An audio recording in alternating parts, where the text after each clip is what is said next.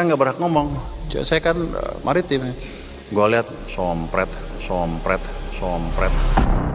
Indonesia sedang dilanda ketegangan luar biasa dalam ruang ekonomi.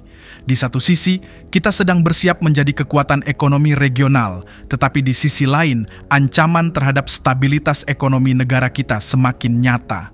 Menteri Keuangan Indonesia yang biasanya dikenal tenang, kini meledak. Sompret, itulah kata-kata keras yang terlontar dari mulutnya saat berbicara dengan Gubernur Bank Indonesia. Apa yang membuat beliau sedahsyat itu?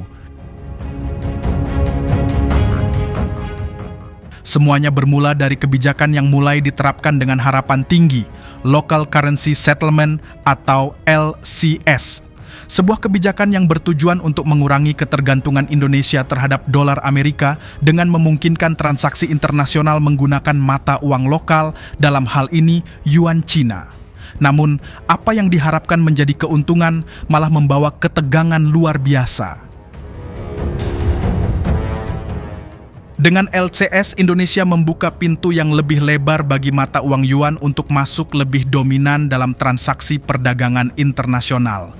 Yang terlihat sebagai langkah pragmatis dalam menghadapi globalisasi, ternyata menjadi bom waktu. Rupiah, mata uang yang selama ini dijaga dengan hati-hati oleh pemerintah Indonesia, kini mulai terancam oleh kehadiran yuan. Menteri Keuangan yang selama ini berfokus pada penguatan rupiah dan pengendalian inflasi merasa bahwa langkah LCS justru memperburuk posisi rupiah. Bagi beliau, membiarkan yuan mengambil alih sebagian transaksi perdagangan Indonesia bukan hanya soal angka, tapi juga soal kedaulatan ekonomi Indonesia. Sementara itu, di ruang rapat yang semakin panas, Gubernur Bank Indonesia tetap bersikukuh bahwa kebijakan LCS ini adalah langkah strategis yang harus diambil untuk mengurangi ketergantungan Indonesia terhadap dolar AS. Namun, bagi Menteri Keuangan, itu semua terasa seperti jalan menuju jurang. Kamu nggak ngerti apa yang sedang terjadi. Teriaknya, yuan bukan sekedar mata uang, dia adalah senjata ekonomi yang bisa membombardir posisi rupiah. Bayangkan saja, jika transaksi lebih banyak dilakukan dengan yuan, maka Indonesia bisa menjadi lebih tergantung pada kebijakan moneter Cina. Ini bukan hanya soal nilai tukar, tapi juga tentang kendali politik dalam hubungan ekonomi. Ketergantungan pada yuan bisa membuka pintu bagi pengaruh Cina yang lebih besar di tanah air. Ketegangan ini bukan hanya soal ekonomi semata, ini adalah tentang geopolitik. Dengan semakin banyak negara yang menggunakan yuan untuk perdagangan internasional, Cina bukan hanya menjadi raksasa ekonomi, tetapi juga raksasa politik. Menteri Keuangan sadar betul bahwa apabila kita terlalu bergantung pada yuan, maka bukan hanya perdagangan yang terganggu, tapi juga kekuatan politik Indonesia bisa tergerus. Gubernur Bank Indonesia, meskipun berargumen bahwa LCS bisa menjadi peluang untuk memperkuat hubungan dagang Indonesia dengan Cina, tak dapat membantah bahwa kebijakan ini juga berisiko. Risiko terbesar adalah kemungkinan yuan menjadi lebih dominan dibandingkan rupiah dalam transaksi perdagangan kita. Perlahan, ketegangan antara Menteri Keuangan dan Gubernur Bank Indonesia memuncak. Sompret, Menteri Keuangan akhirnya tidak bisa menahan emosinya lagi. Ia tahu betul bahwa kebijakan LCS ini bisa berdampak langsung pada fluktuasi nilai tukar rupiah yang semakin lemah. Ketergantungan pada yuan bisa membuat kita semakin rentan terhadap guncangan ekonomi global yang ditimbulkan oleh kebijakan Cina. Bagi Menteri Keuangan, ini bukan hanya tentang persaingan mata uang, ini adalah tentang menjaga martabat ekonomi Indonesia.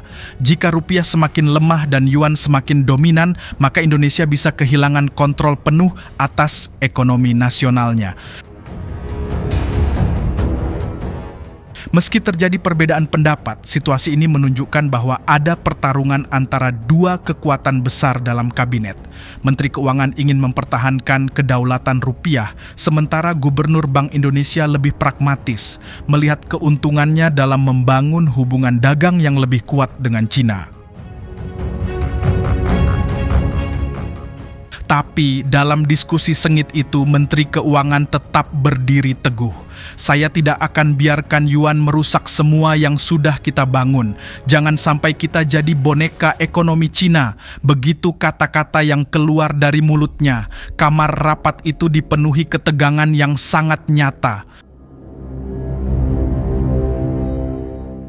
Menteri Keuangan kemudian mengusulkan kebijakan alternatif untuk memperkuat posisi rupiah, salah satunya dengan memperkuat kebijakan moneter dalam negeri dan mengurangi ketergantungan terhadap utang luar negeri dalam dolar Amerika. Namun Gubernur Bank Indonesia tetap berkeras bahwa strategi LCS adalah cara untuk mengurangi volatilitas nilai tukar yang sering dipengaruhi oleh dolar. Namun Menteri Keuangan merasa bahwa jalan ini terlalu berisiko. Jangan sampai kita kehilangan kendali atas ekonomi kita hanya karena terlalu ambisius mengejar hubungan dagang yang lebih dekat dengan Cina, katanya dengan tegas. Perdebatan ini bukan hanya terjadi di ruang rapat, tetapi juga mencerminkan ketegangan yang lebih besar di dalam politik ekonomi Indonesia. Seiring berjalannya waktu, akan semakin jelas bahwa kebijakan ini bukan hanya soal angka atau statistik ekonomi, tetapi soal pilihan besar yang akan menentukan arah Indonesia ke depan. Menteri Keuangan memperingatkan bahwa ketergantungan pada yuan bukan hanya tentang fluktuasi nilai tukar, tetapi juga tentang memperkuat pengaruh Cina di pasar domestik Indonesia. Ini bukan hanya soal ekonomi, ini tentang siapa yang memegang kendali dalam ekonomi global, kata beliau.